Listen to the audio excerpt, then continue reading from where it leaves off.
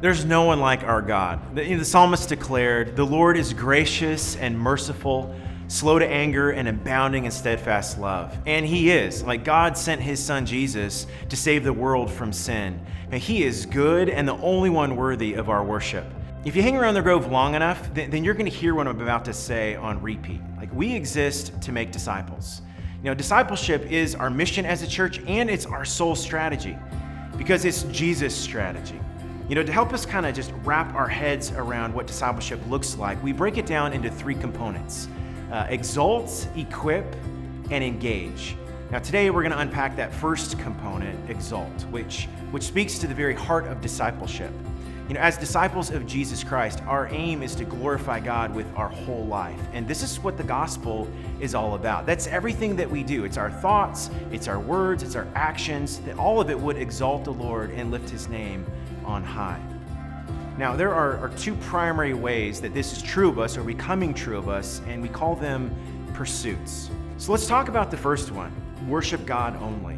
Now, God is sinless and perfect. He is self-sufficient.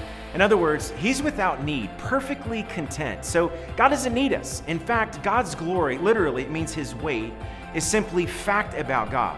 It's visible in his all-loving, all-holy, all-powerful nature.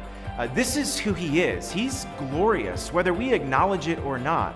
So you might wonder then, why does God command us to worship him and him alone? Well, it's actually for our good, because we need Jesus. We need to be awoken to the reality of who God is and who we are. That we were made by and for God, and exclusive worship of God, it realigns us with the truth. At the same time, we acknowledge that there's competition for our hearts. This is why we say only. We commit to guarding our hearts because there's no room for worship of anyone or anything else within our lives but Jesus.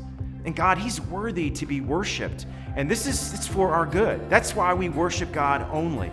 Now, the second way that we aim to glorify God with our whole life is by imitating Jesus. Now, Jesus showed us what it looks like to perfectly exalt the Father with his whole life. And so we exalt the Lord by imitating Jesus. Now, the Apostle John said, "By this we may know that we are in him. Whoever says he abides in him ought to walk in the same way at which he walked." Now, the evidence that we're in relationship with God is living as Jesus lived. It's God's clear purpose, because when we imitate Jesus, we are drawn into a deeper relationship with the Lord. So together, we're committed to becoming more like Jesus, marked by love and compassion and obedience and submission and sacrifice and suffering, because he exalted the Father perfectly. It's his life that we're pursuing to imitate. So a quick recap. Exalt means that as disciples of Jesus, our aim is to glorify God with our whole life. This is at our core. Our prayer is that this is true of our church as a whole and for every person that calls the Grove their church home, to worship God only and to imitate Jesus.